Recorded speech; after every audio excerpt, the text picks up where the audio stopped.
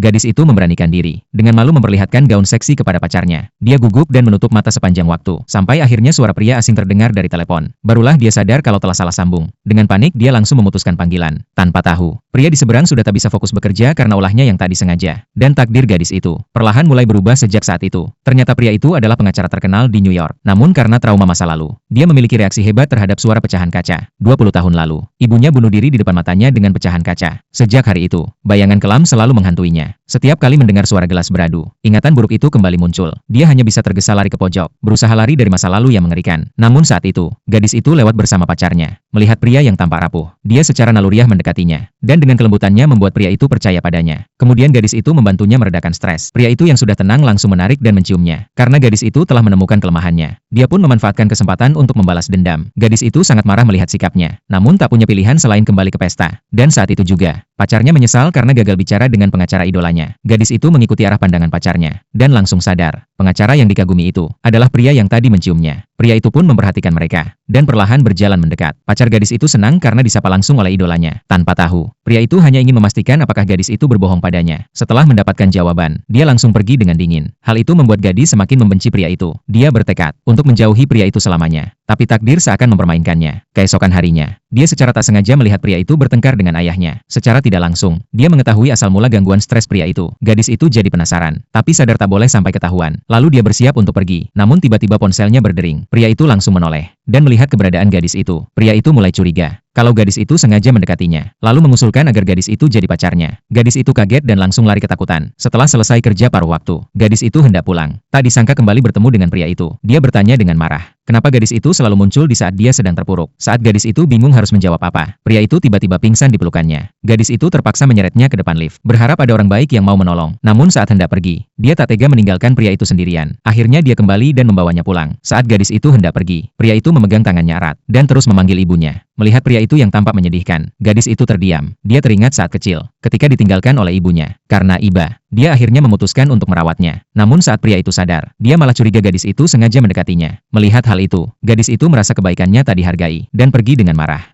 Hari itu, sahabatnya mengajak mencoba gaun rancangan kelulusan. Melihat penampilan gadis itu, sahabatnya langsung terpukau, dan membujuknya untuk video call pacarnya. Setelah ragu, gadis itu akhirnya memberanikan diri menelepon. Karena merasa pakaiannya terlalu terbuka, dia terus malu dan tak berani membuka mata. Sampai suara pria asing terdengar. Dia baru sadar telah salah sambung, dan buru-buru memutuskan panggilan. Tanpa tahu, pria di seberang sudah sangat tertarik padanya. Karena tak tahan rindu, pria itu langsung menyetir mobil mencarinya. Namun saat gadis itu melihatnya, dia gugup dan ingin lari. Tapi pria itu langsung menangkapnya. Gadis itu terpaksa menjelaskan